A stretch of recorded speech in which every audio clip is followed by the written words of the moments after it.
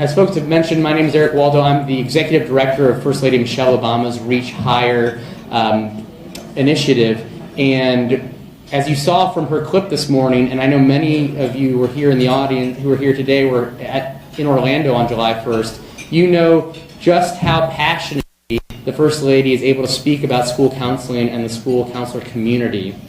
So I wanted to take a little bit of time during our lunch hour to tell you a little bit more about Reach Higher, to tell you how we got here, all of us today, about, as soon as I'm done speaking, and then the path forward.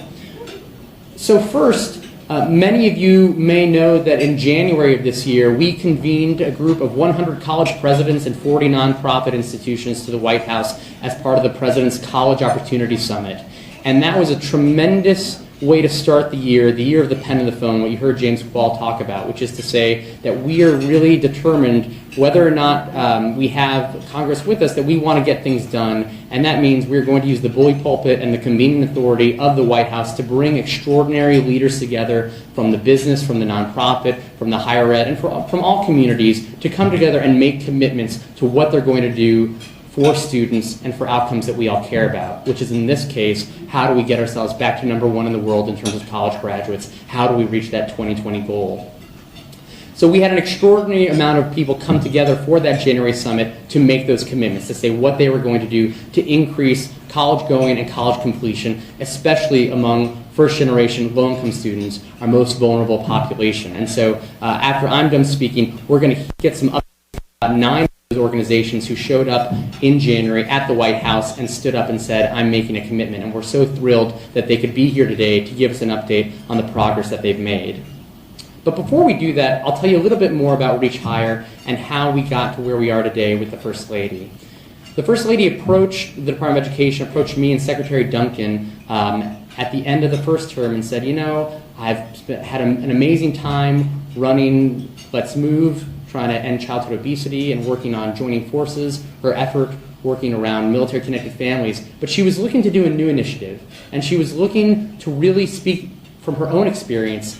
And she said, you know, I think I want to do something around education. And you can imagine how thrilled we were to find out that the most popular political figure in the country, and debatably the world, said she wanted to talk about our issue. I was joking with someone earlier, I think it's the First Lady and the Pope are like the 2 most popular people in the world right now. So we began having a conversation with her and her team about what an education initiative might look like. And it became clearer and clearer that she wanted to speak directly to students about the importance of finishing their high school education and completing some sort of higher education degree, whether it's a 2-year, a 4-year, a certificate, a credential. She wanted to speak directly to those kids because the story of education is the First Lady's story. She is, as many of you know, a first-generation college goer herself. Neither of her parents attended college, and I like to describe her as an almost undermatching story, but for her older brother, Craig, getting recruited to play basketball at Princeton, the First Lady says she never even would have considered applying to a place like that. And she talks a lot about what it took for her, despite having parents who really cared about education, having a school where she learned to work hard, what she still had to overcome, even when she got to college, to figure out how to be successful in that culture and environment, which felt very different than what she was accustomed to. So Reach Higher, it is really the First Lady now being that person encouraging the rest of the country about higher education. And I tell people that this means that the First Lady is out there as school counselor.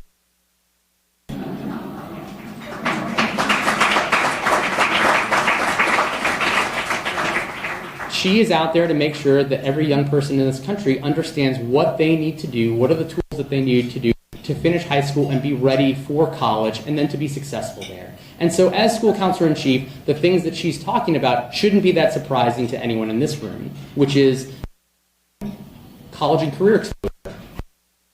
Kids, especially first-generation kids, understand what it means to go to college, what a career will give them, and how the linkages between their life and their future are going to require some sort of higher education to be successful. This past spring, the First Lady actually brought a group of, or visited with a group of Howard University students who were hosting Chicago Public School juniors and seniors for an on-campus visit through a Gear Up program about what it meant.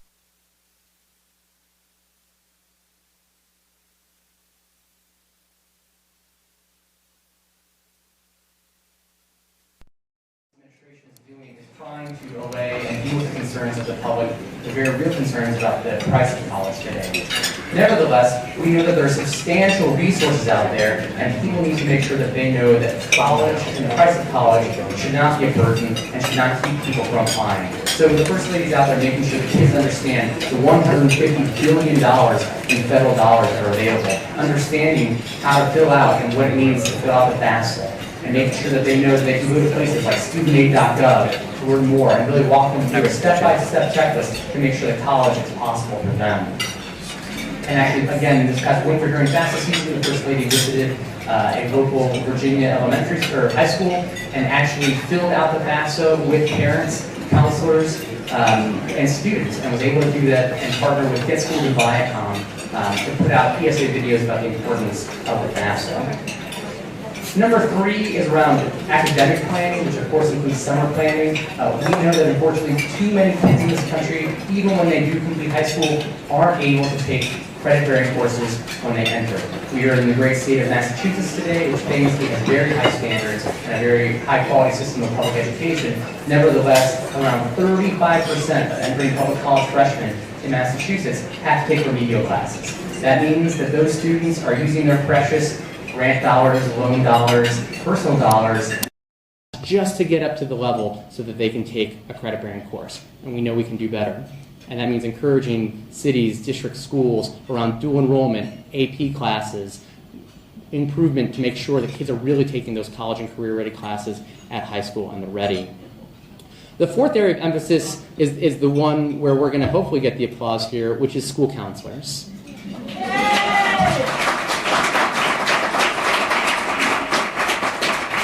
And you'll notice that the first 3 of those were really, they were emphasized on students as the primary audience. But when we were talking to the First Lady, she actually, on her own, spoke very eloquently about the role that school counselors play as that person helping you map out the course to college. They are the people, they have the map, they understand how to do it, they know how to translate it for families, for kids, for communities, and especially for first-generation low-income kids who maybe don't have those other types of adults or leaders in their life.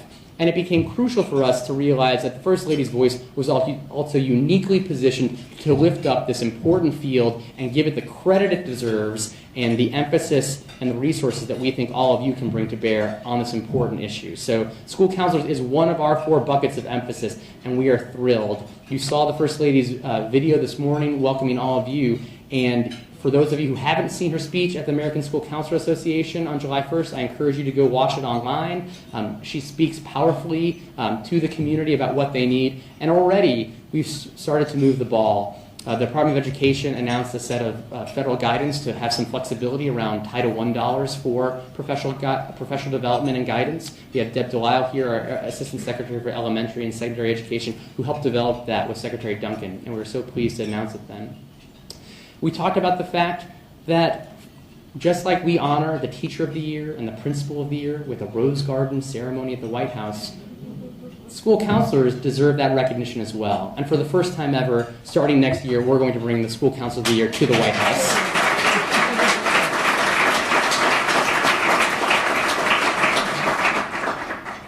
And the third thing we announced, and this is important, we announced that Harvard and the White House was going to partner to put this event together.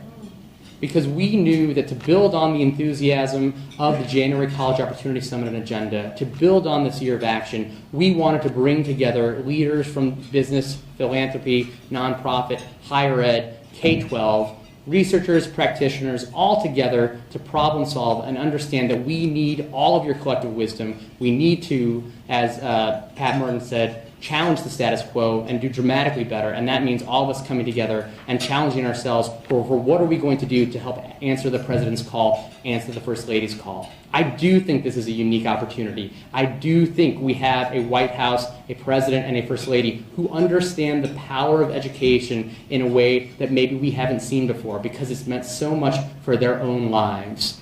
And I encourage all of you to take this as an opportunity to step up and do big things. There are still big things left for us to do in our time at the White House, and we need your help. I am asking for your help. The First Lady is asking for your help, and we're counting on you.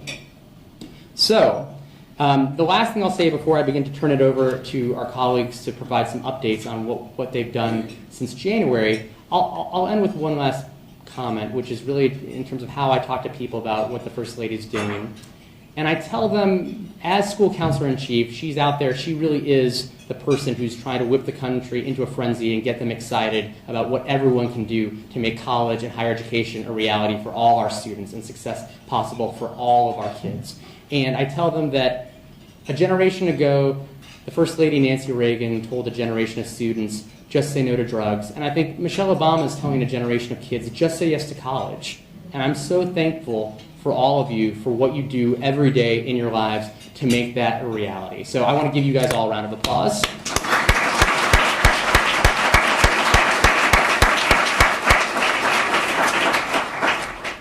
So as I mentioned, this is really all part of an ongoing effort in the year of action, and we want to hear from the people who have already so boldly stepped up, and maybe they will also give you courage to step up on your own after you go back to your communities and institutions at the end of today. We're going to hear from each of them. They're going to give a brief, I'm told, update, although they're proud of their work, so they might go a little long, but I'm going to stay up here to keep them honest. But they're going to provide a brief update on their work, what they committed to, and where they are. And then we're going to close the lunch session with a talk from Trish Hatch, and then we will have our dessert and go back to our next session. So first, I'd like to welcome up to the microphone representatives from the College Board to provide an update on their January commitment.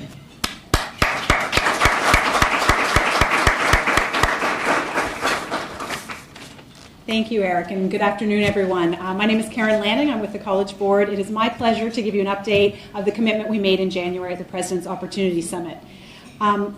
We are really excited to be part of the President and First Lady's efforts to improve college access and success for our nation's students. And we made a commitment in January to partner with colleges to help low-income students expand their options. This work is one piece of College Board's efforts to expand access to opportunity and improve student outcomes.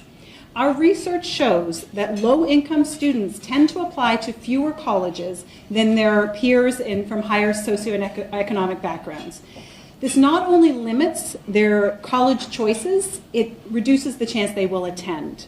Our researchers found that increasing the number of college applications from 1 to 2 can increase a student's probability of enrolling in a four-year college by 40%. So we are working with colleges to help students increase the number of schools they apply to by removing current barriers. In early September, 4 electronic college application fee waiver forms will be delivered to all seniors in the class of 2015 who took the SAT at no cost with SAT fee waivers, and those are provided to low-income students. The college application fee waiver forms will be personalized and easily accessible through the Students' College Board web account. The College Board will provide alerts, links, reminders, just keep inundating these students to make sure that they take advantage and access the waivers. The college application fee waivers will be accepted by more than 2,000 cooperating colleges and universities, allowing these students to apply at no cost. The College Board shared information about this program with members and counselors this spring, and over the summer and throughout the fall, we will continue to share information and supporting tools with high school counselors and college access organizations via email, webinars, and at counselor workshops. We welcome the opportunity to work with all of you to increase the number of students attending college. Thank you.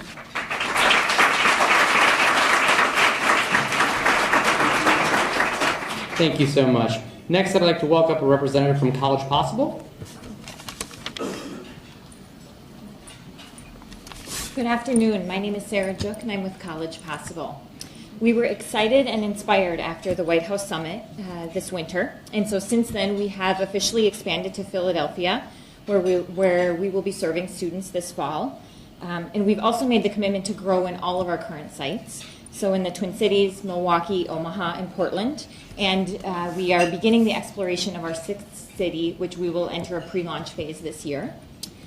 We've been pleased to share the results of our recent RCT that was conducted by Dr. Christopher Avery. College Possible students are more likely to enroll in a four-year institution and more likely to have a better match with that university. This fall, we will also be launching a virtual advising corps to address the barriers to high-achieving low-income students that are applying to colleges that match their qualifications. The project is brand new and it's exciting, and the idea could make a real difference for our students in our field. And so we're excited to be joining with 3 other organizations with that initiative this year. And then finally, we've also partnered with other college access and success organizations across the country to develop the concept of a college success corps, using national service as a strategy to close the degree divide. We're really excited about working with these other organizations and moving this initiative forward because of the significant impact that it could have on thousands of students across the United States. Thank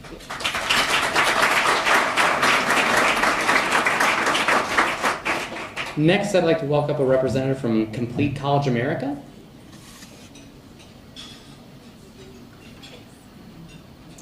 I'm Cheryl Orr-Dixon, and Complete College America is a national nonprofit that's focused on one thing, and that is working with states to significantly improve college completion and close attainment gaps. We have an alliance of 34 states in the District of Columbia. We found that one of the most important things we can do to improve college completion is to focus on the barriers that happen in the first year, specifically developmental education or remedial education. Under the current model, about 50% of our students head off to college and end up in not college-level courses, and a very few, very fragment of that number ever make it to college completion. At the White House Summit, we were excited that 22 of our alliance states, plus the District of Columbia, stepped forward and made a very bold commitment that in the way that they would transform remediation and approach what we called before a bridge to nowhere. These states have committed to scale co-requisite, which is to actually provide the support students need at the same time that they're taking the college level course, instead of putting unnecessary hurdles and attrition points in front of students. Since the summit, we've accelerated our technical support to 9 of those leading states and that have committed that by 2015, 75% of all their remedial education in their states would be designed and developed or delivered in the co-requisite model. And that those 9 leading states would turn around and help the remaining 13 that realize their commitment that they made in January. We've already seen powerful results in places like Tennessee, Maryland, Virginia, and I'll leave you with one very significant example from my home state that's also a leading state, Indiana, where the statewide community college system, Ivy Tech, has moved to co-requisite remediation, and they've improved their gateway course success figures from 9% to 52%. So we're talking about game-changer strategies like co-requisite remediation, and we look forward to expanding this progress in the upcoming months.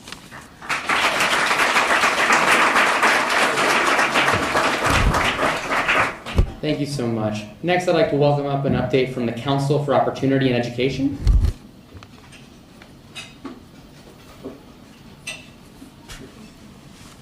It's our pleasure to join you today.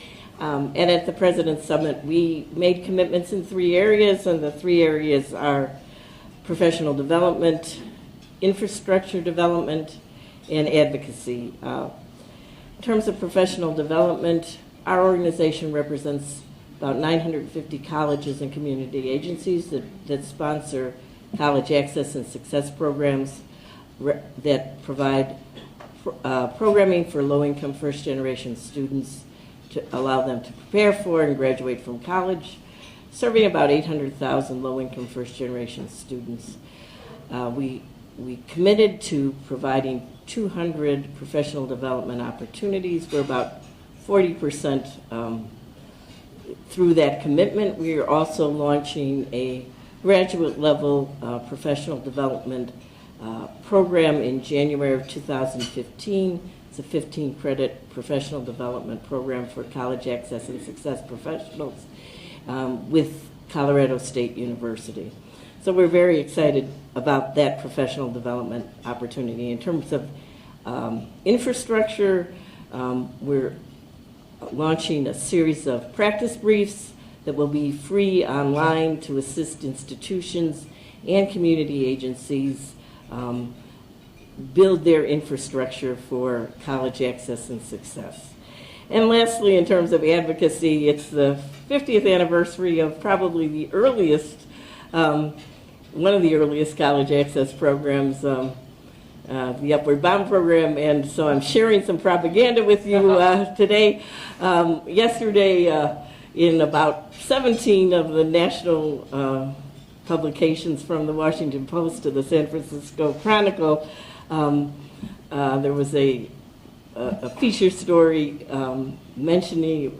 featuring the our alumni, and it was one of our alumni, a couple of our alumni. This one was Will Haygood, who was the author of The Butler and a reporter for the Washington Post, but also you know that the chancellor of the University of Boston is University of Massachusetts at Boston is also a alum of the Upward Bound program. So we're trying to organize our alum across the country to celebrate the achievements of college access and success programs, building on 50 years of achievement so that we can multiply those achievements, recognizing that they're not anywhere near sufficient, but that they are a necessary building block for the future. Thank you.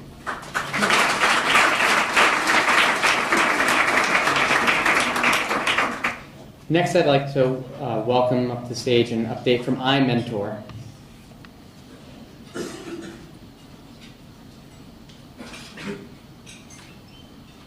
Good afternoon. My name is Mike O'Brien from iMentor. For those of you that are unfamiliar with our work, we partner with high schools in low-income communities where the vast majority of students will be the first in their family to go to college, and we go into those schools and match every student in the school with a mentor. Mentors commit a minimum of 3 years to each student through the end of the freshman year of college before having the option to extend their relationship through college completion. Our college readiness curriculum structures every week of this multi-year relationship. For every 100 students in our program, iMentor adds a full-time staff member who's trained as a college counselor to support the success of the relationship. The combination of our curriculum and our case management is what helps make mentors effective in this role. But as you can imagine, it's the depth of integration with our school partners, with the college readiness and counseling functions that already exist in these schools, that are sort of the secret sauce to these partnerships. In total, we are trying to use the community to reimagine the human capital dynamics around this work in schools by adding over 400 college graduates and 4 full-time staff members. We hope to work with our schools to build a college readiness model that can meet the personalized supports that each student needs and deserves. In January, we committed to recruit 20,000 new mentors over the next 5 years in our model. And as of end of business on Friday, we had recruited 4,653 new mentors in 18 cities across the country, including 2,300 new mentors in New York City alone. We also are getting set to announce our first direct service replication to Chicago. We'll launch programs in Chicago in 2015, and we'll open 2 new offices in additional cities after that before 2018. And lastly, we've made a major multi-year commitment in our technology platform that allows us to share this model with other nonprofits, to do our work more efficiently, and to gain quicker, better insights around what's working in our model, so we can share that back with all the other great partners that do the work.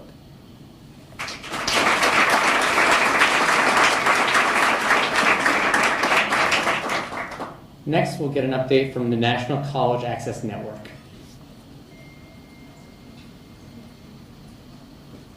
Hi, good afternoon. I'm Kim Cook from the National College Access Network.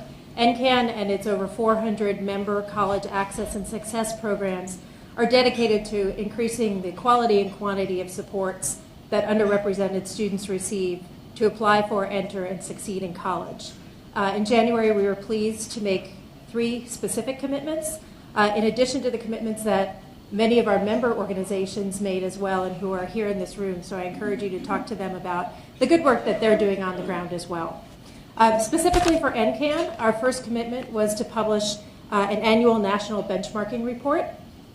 I'm pleased to report that we have collected data from over 30 of our member organizations for retention and persistence rates for 4, 5, and 6, and 1 year.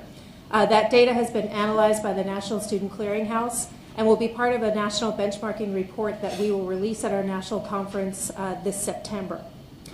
We feel that this is quite important, A, so that we're focused on outcomes, and B, so that we continue to be equity-minded and look at attainment gaps that continue to need to be addressed. I will tell you some early findings. Top line, not to be quoted or tweeted, please. Big September reveal. Is that advising matters and Pell Grants matter. So we saw some significant changes and differences and variations in students who receive one or both of those services. So we look forward to the full report for you in September on the benchmarking. Our second commitment was to develop an online platform to teach advising skills. I'm again pleased to say that this work is well on track, and we will be revealing our first 3 learning modules again this September, sense of theme, at our national conference. We have worked with practitioners in focus groups to tell us about what's important and what skills and professional development are needed, and are now working with partners in curriculum, again, including some of our members and others such as the U.S. Department of Education Office of Federal Student Aid, to really leverage the good content that's out there and put it in a method that's easy delivery and very accessible to practitioners from all walks of life here, school counselors, college advisors, teachers, etc. And then finally, we committed to developing a tech system for nudging and student advisor communications. All of our thanks go to the good folks like Lindsay Page in this room and her colleague Ben Castleman for leading the way on this. We see great potential for student advisor communications for pieces like FAFSA completion and all of the other reminders that we need to help keep students on track, particularly through the summer between high school graduation and enrollment. I'm pleased to report that we have contracted with a vendor, Signal Line, so that NCAN members have discounted rates to implement a texting system, and also done some technical assistance to help those programs work with districts on the needed data sharing agreements to continue to talk to students. So we're delighted to report this. We'll continue our work and look forward to a fuller report from NCAN and our members at the next College Opportunity Summit. Thank you.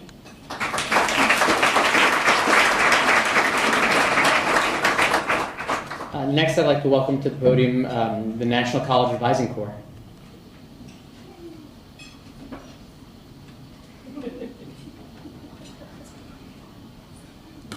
Good afternoon, everybody. Those of you who participate in January know that Eric and his team are like the world's best HOV lane. So they have built this amazing lane, and it is our job to put fuel in the tank and go, go, go for our students. So happy to admit fuel means funding. And that day we had a major leadership gift from the John and Bill Endowment, who I and all of their advisors and our team still thank, as well as the Kresge Foundation. I know Caroline's here, and the Jack Kent Cooke Foundation, Emily, for instance, here. Thank you all for investing in our students and our work. Give you just a bit of an update. The Advising Corps, we place very well trained, very thoughtful near-peer advisors to sit alongside our guidance counselors, our school counselors, to make sure that every student gets that post-secondary opportunity they've earned. So just want to go through a couple of numbers real quickly about our commitment. Our advisors are amazing. 69% of them are underrepresented themselves. 63% of them were Pell eligible themselves in college, and 54% of them were first in their family to graduate from college. So these are young people that have crossed the finish line, and now they're turning around and making sure other people cross it with them. And for all those advisors out there webcasting, hey guys, I believe in you, you're awesome.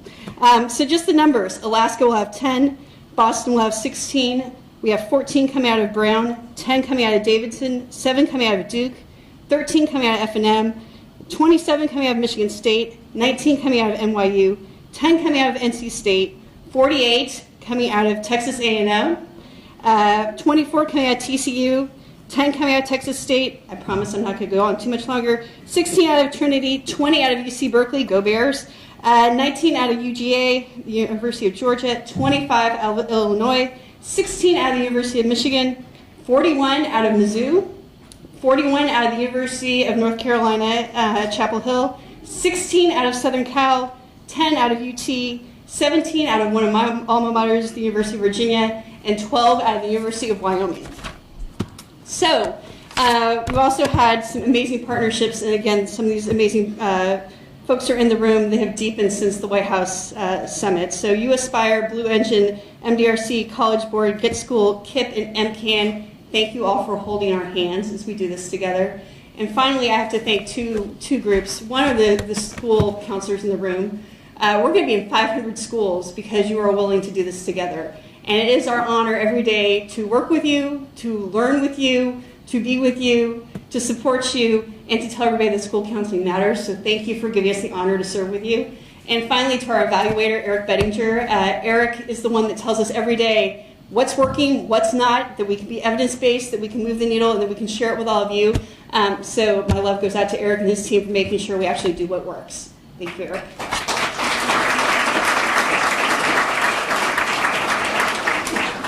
And next we'll be receiving an update from the Posse Foundation.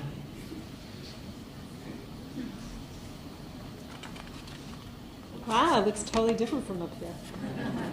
Hi, I'm Debbie Beal. I run the Posse Foundation, and it's fun to be back here at my alma mater, which I love. When we were called at the end of last year about this upcoming White House Summit, we thought, what could we do at Posse? And a lot of you know Posse. Hands? Yes. We started in the 80s because of one kid who had dropped out of college, and he said, I never would have dropped out if I had my posse with me. So we thought, great idea, send teams of kids together to college so they could back each other up.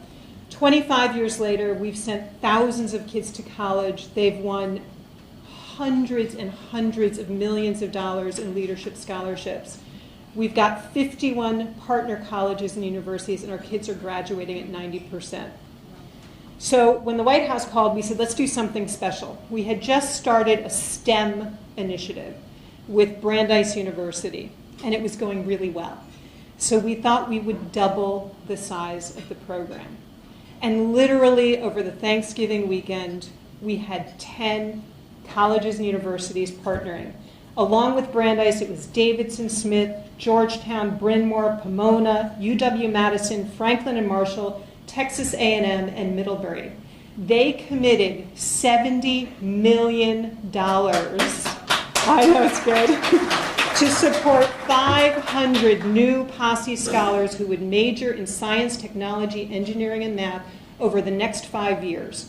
We hosted at the White House recently a convening to launch the program with the presidents of those 10 institutions and some of their trustees. We had a liaison conference with the senior level administrators, and this fall we will recruit the first 100 students. So if you're in New York City or Miami, if you're in Los Angeles, if you're in Houston, if you're in Boston, nominate a kid that you know could kick ass in STEM and who could win a Posse scholarship to one of those 10 schools. We are so proud of this initiative, so excited to be part of this, and thanks for having us back.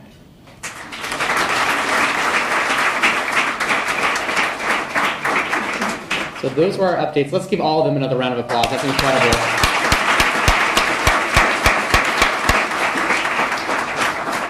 So next, I want to welcome up to the stage Trish Hatch from San Diego State University. I met Trish on May 7th at the White House with actually another group of a lot of the leadership here who became sort of the brain trust to help us put this event together. And for anyone who knows Trish, she is a ball of energy and enthusiasm for this work and for life in general. I consider myself a pretty aggressive emailer, and I tweet a lot, and I'm pretty responsive. But Trish puts me to sleep, because she doesn't sleep. But she's the most responsive person I've ever seen. So I think I'm so excited about her enthusiasm, and I know she's going to keep us going for the rest of our lunch period. So please welcome Trish Hatch.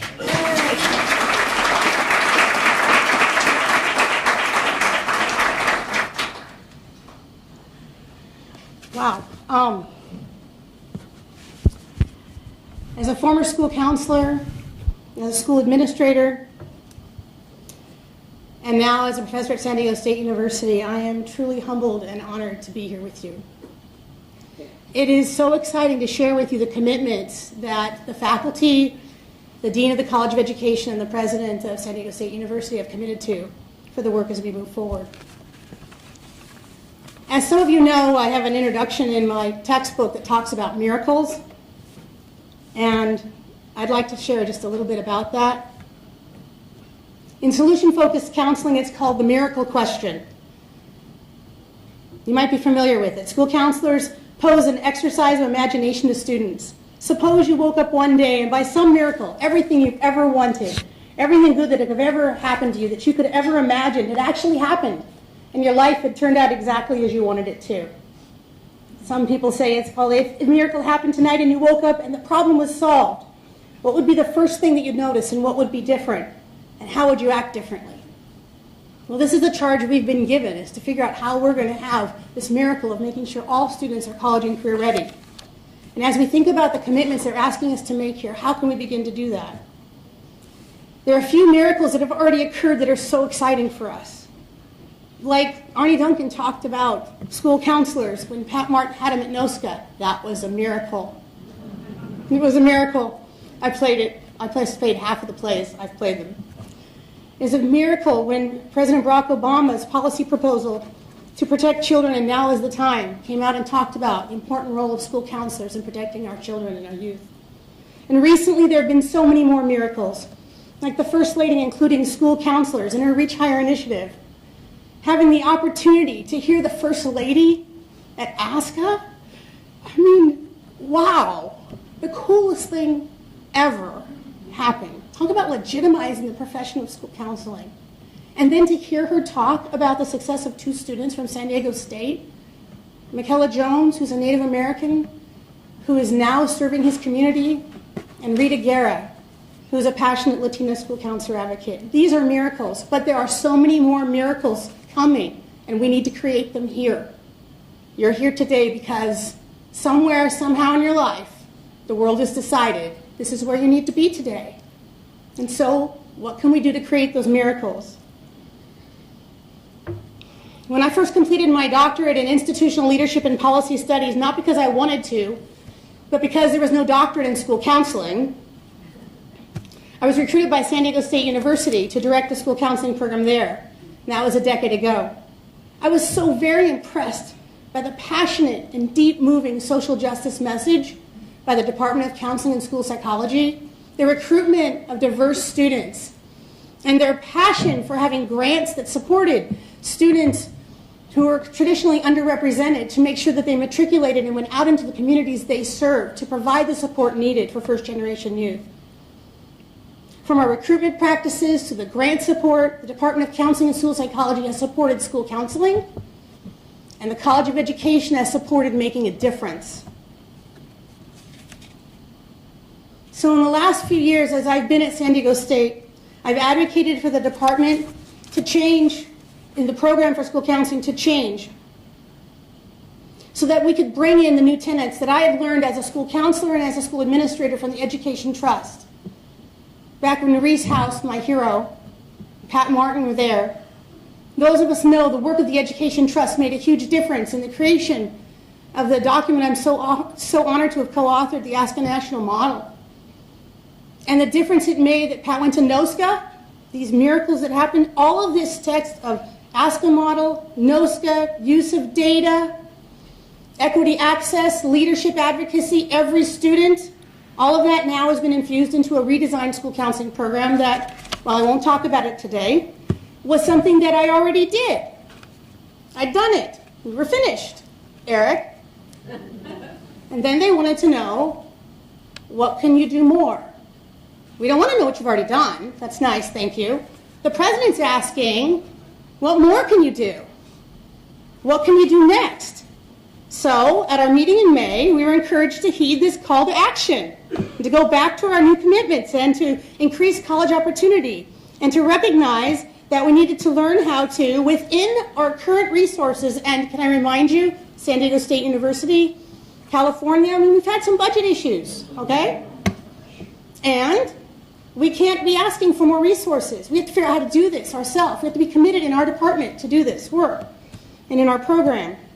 So the following list of commitments were drafted, and they were in consultation with now new Assistant Professor Dr. Laura Owen, who is coming to San Diego State very soon, and Dr. Joey Nunez Estrada, who is also professor at San Diego State.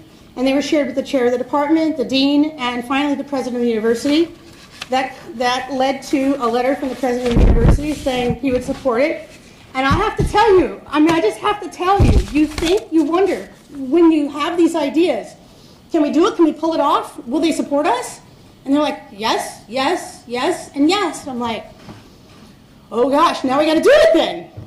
And we can, because with the support of people who have the same passion we do, we can make it happen. And so The letter from the president is here. I won't read all of it, but I will read a few pieces of it that I think are important to hear. In light of the focus and attention being given to these important matters, the Office of the President and the Office of the Dean of the College of Education at San Diego State University would like to offer our university as a location for the next convening of thought leaders, host conferences, and/or provide professional development opportunities in support of the President's College Opportunity and First Lady's Reach Higher initiative. Dr. Joseph Johnson, the Dean of the College of Education, and I have discussed this following list of initiatives by Dr. Trish Hatch and Dr. Laura Owen and Dr. Estrada, and we, these are the key words from the President, join together in full support for each initiative and encourage them to move forward with planning and implementation. So here we go. So first thing we're committing to is we're going to be doing West Coast convening at a location at San Diego State. We're committing to developing a new doctoral program with a specialization in school counseling. And I would like to thank our department for their support because we're all working on our specializations there.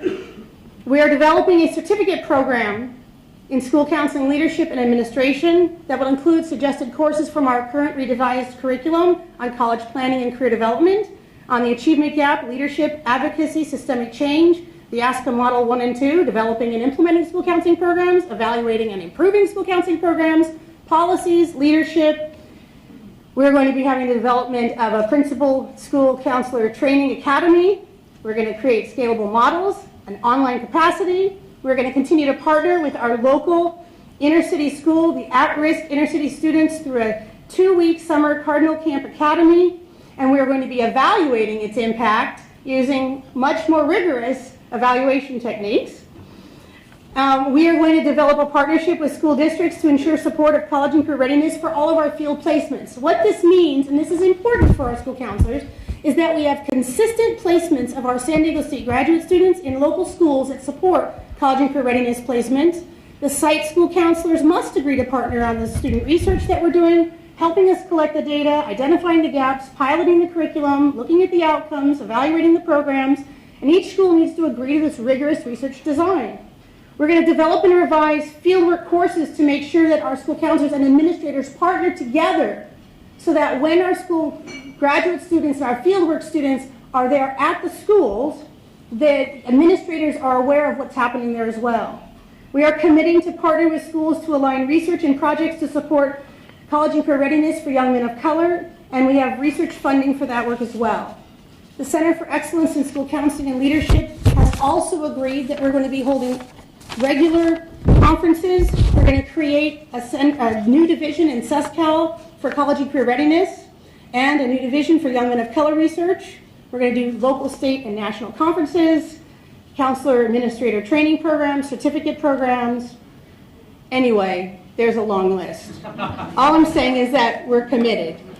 The research, the commitment, the passion, and the movement forward starts with us saying, what can we do that hasn't been done? What do we need to do? What miracles are possible? Because the difference each one of us can make as we leave this event today is that we can create even more miracles. And we must create them because there's a miracle that's waiting inside of each of the students that we serve. And we need to find that miracle. I want to thank Greg Darniter and Eric for everything they're doing. I'm happy to share with you all the list of many commitments which we will publish. It's far too long to tell you, but hold me accountable to them. Hold me accountable to them. So I do believe in miracles. I hope you do too, and I look forward to hearing about the impact you're making in the lives of students you serve, and I thank you so much for this opportunity.